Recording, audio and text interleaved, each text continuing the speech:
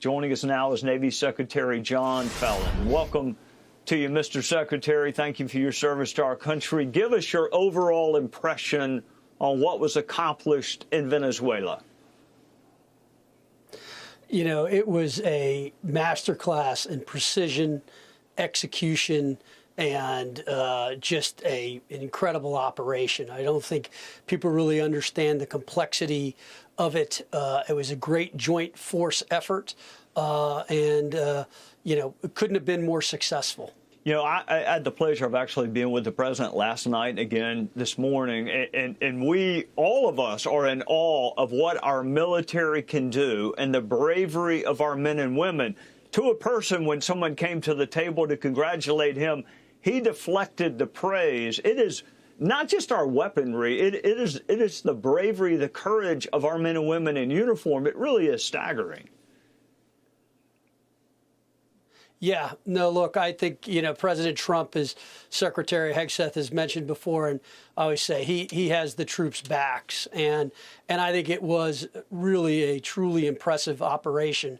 I was actually at Roosevelt Roads, the Puerto Rican base that has been shut down for 20 years. And I watched our Marine Corps in basically 3.5 months turn that into a fully operational base. A joint base, candidly, with the Air Force and the other services, where a lot of sorties were run from, and I couldn't be prouder of the Joint Force and of our Marines and the Navy and the job that they did. And I think, you know, as I say to all of them, bravo Zulu, well done. All right, there are two other men that I think deserve credit. One is Marco Rubio and the other is John Ratcliffe. Let's listen to Marco Rubio together, and I'll ask you about it on the other side.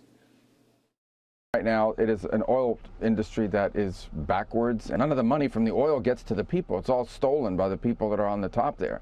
And so that's why we have a quarantine. There's a quarantine right now in which sanctioned oil shipments, there's a boat, and that boat is under U.S. sanctions. We go get a court order, we will seize it. And that's a tremendous amount of leverage that will continue to be in place until we see changes, not just further the national interest of the United States, which is number one, but also that lead to a better future for the people of Venezuela.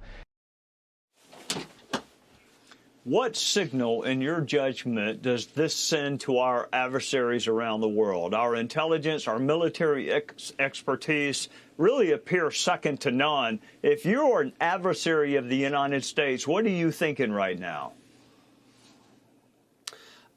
You're thinking you don't want to mess with the United States of America. So I think as the president, you know, the president, when he says he's going to do something, he does it. And I think he really tried to solve this peacefully. And I think, you know, the president has solved 8 conflicts. He is really a person of peace. And he gave Maduro countless numbers of opportunities to call it a day. And instead, unfortunately, he had to face the full might of the United States military.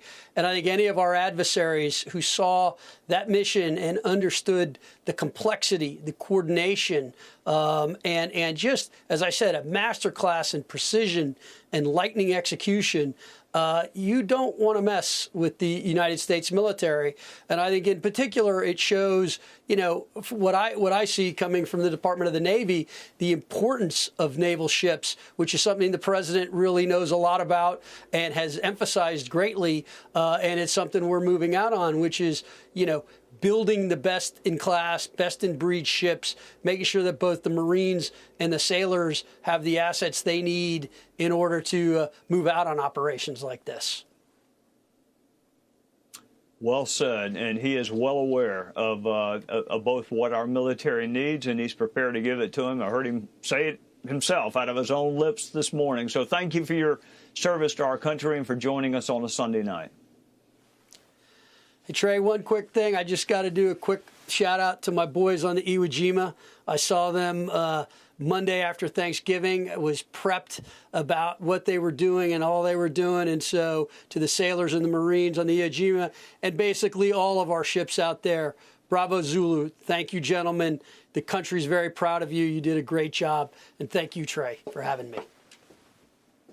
Amen. Well said. Thank you. Hey, Sean Hannity here. Hey, click here to subscribe to Fox News YouTube page and catch our hottest interviews and most compelling analysis. You will not get it anywhere else.